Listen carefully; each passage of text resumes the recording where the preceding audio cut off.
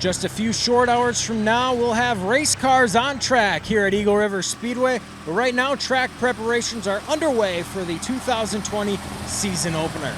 Hi, I'm Todd Rose here with the Rose Racing Report, and we are excited to bring you some action here from Eagle River Speedway on their opening night. It's sure to be an action-packed season all around for Eagle River Speedway. It's a very unique track with a giant dog leg in the back straightaway, turns 3 and 4 much tighter than 1 and 2, and if you can get hooked up at both ends of this racetrack, you're going to be going to the front. A few changes made here with the racetrack, not to the track itself, but to some divisions. Gone are the 4 cylinders. There wasn't a strong enough turnout for that series to constitute running it weekly here at the racetrack. In their place will be a late model division that will debut here tonight, and hopefully will attract new drivers from around the Eagle River area and from afar as well to compete here at this unique racetrack.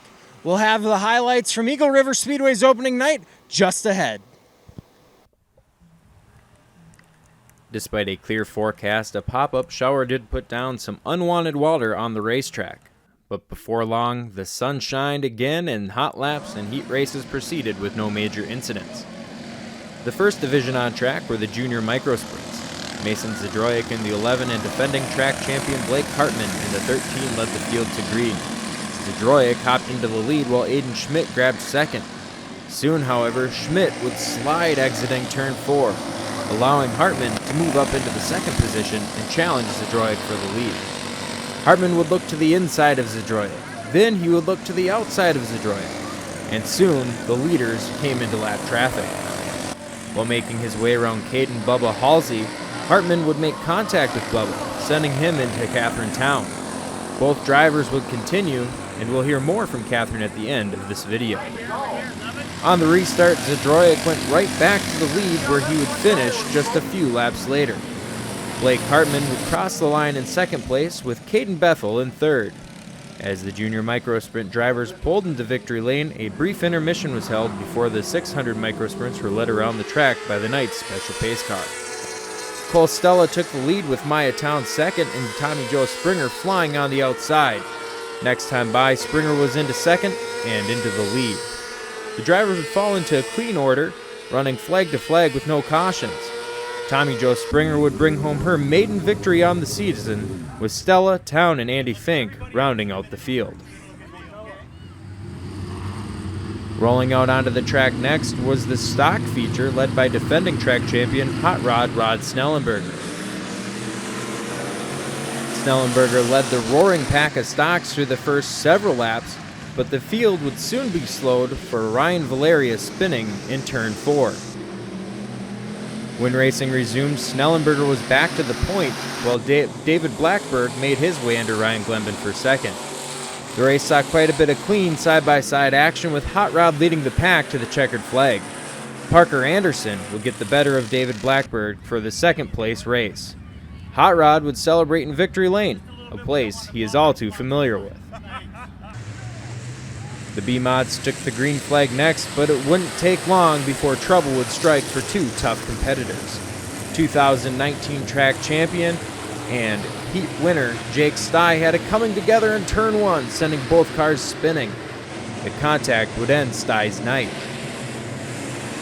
Back to speed, the battle for the lead began to heat up between Marcus Dunbar and Bruce Bellin. The two raced side by side, lap after lap, with Dunbar somehow holding the edge over Bellin using the track's high line. Further back in the top 5, though, Jesse Aho, Dwayne Dunbar, Jonathan Miller, and Tad Schoonover all battled throughout the latter part of this race. Up front, however, it was Marcus Dunbar out-dueling Bruce Bellin in a classic Eagle River Speedway B-Mod feature. The penultimate feature of the night was contested by the unified stock class. While Jason Eisel tiptoed away from the field, Dave Dishaw was putting on quite the show. Sliding around, cutting to the inside, outside, and even going 3 wide at one point, Dishaw was Mr. Excitement in this race. As the front runners fell in line, others such as Bryce Wick and Josh McDonald battled it out for position. With this race, however, it was a tale of Jason Eisel and the rest of the field. Tristan Valerio would finish second and Dave Deshaw third, while Isel took home the title of victor. To cap off the night, the late model division made its debut, and what a debut it would be with a thrilling finish to end the opening night at Eagle River Speedway.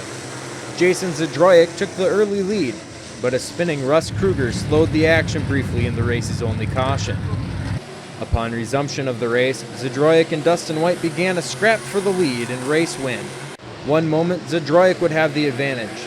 Then, like the flip of a coin, White would have the advantage. In a last lap lunge for the win, Zdroik spun exiting turn 4, allowing Dustin White to become the inaugural winner of the late model division at Eagle River Speedway. Jason Zdroik pulled into victory lane alongside White to congratulate him on the win, and after a thumbs up, Zdroik departed and went back to the pits, while Dustin White got his photo taken in victory lane. Well, night one is in the books here at Eagle River Speedway, and if one thing's for sure, it's that the racing here is still top-notch, side-by-side action in all the classes, and on top of that, clean racing. One thing I think we have to keep an eye on is this late model class. There's a lot of potential to grow this class and see it become bigger over the next weeks, months, and hopefully years. But for tonight at Eagle River Speedway, I'm Todd Rose with the Rose Racing Report. We'll see you next time. So I'm here with Katherine Towne. She's a junior micro sprint driver here at Eagle River Speedway. And if memory serves me right, you've raced at Escanaba a few times. Is that right? Yeah. So you like racing, of course. What's your favorite racing memory? I have a lot of them, but probably my favorite one was meeting everybody and going to drivers' meetings and meeting new people and a lot of stuff. I think that's the best thing about racing in general, is being able to meet a lot of new people, meet new faces, and make a lot of new friends. Now, tonight you had a little bit of issues. I think it was in the heat. You almost went for an unexpected swim. You want to tell?